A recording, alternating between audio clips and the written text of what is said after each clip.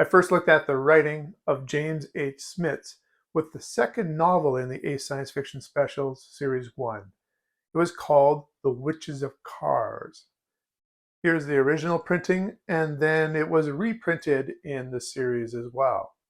We're now going to look at the 12th novel of the series, and the second from James H. Schmitz. The Demon Breed, James H. Schmitz, 1968. This is the last of this livery or graphic design for the book. In the future books of the series, Leo and Diane Dillon's art will dominate the page.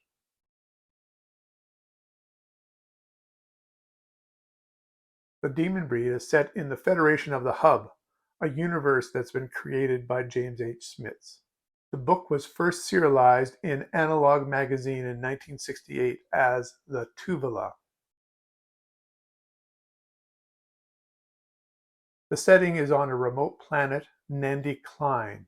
We have a 200-year-old researcher who is alone on an island floating in this ocean world. His name is Tychos Clay.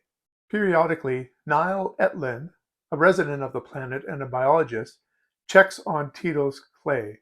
She'll bring him supplies and take back any communications that he has. Niall is going on a regular supply trip run to see Tychos. She's unable to raise him in her communications. We, the readers, find out early in the novel that Tychos Clay is now a prisoner. The island has been secretly taken over as an outpost for the alien Parahune, who are planning to invade the Federation. This is not the first time that they've tried to invade the Federation. On the first trip, they were beaten soundly. They are an interesting alien species. They have a hierarchy, a top-down structure that forms their civilization. And they are so convinced that this is the perfect organization that they're blinded to other ways of thinking.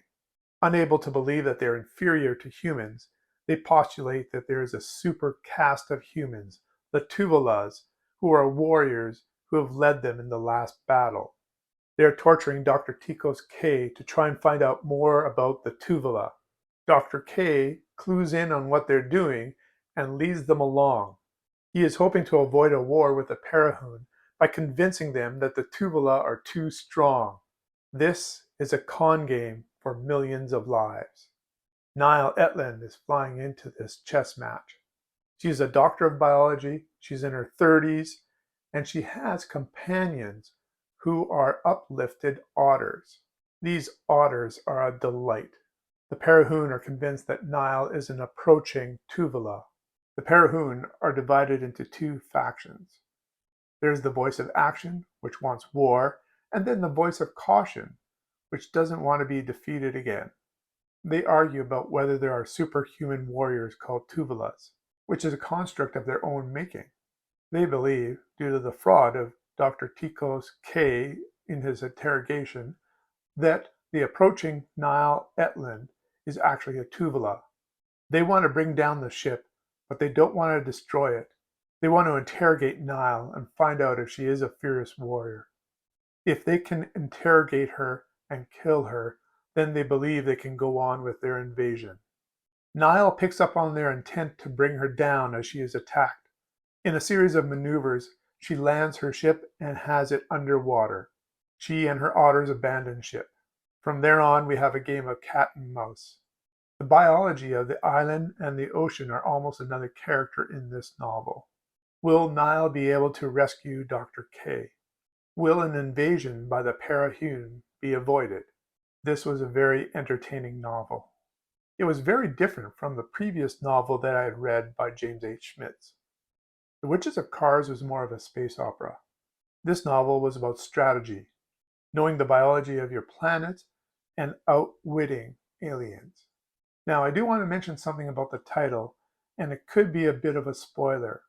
So I'll give it to you after I give the rating. I'll give you fair warning.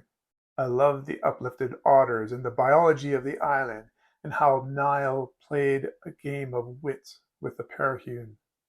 I give The Demon Breed 8 out of 10. Now for that spoiler about the title. The Demon Breed is a play on expectations. We think that the Parahune is the demon breed in the beginning of the novel. But in truth, at the end, we see things from the Perhune perspective, and we realize that we are the demon breed. So that's a light spoiler, but I think you're going to enjoy the chess match between humans and Perhune. So, have you read The Demon Breed? Is there another SF novel that you can think of that features a chess match between aliens and humans? Let me know in the comments below. Until next time, keep reading.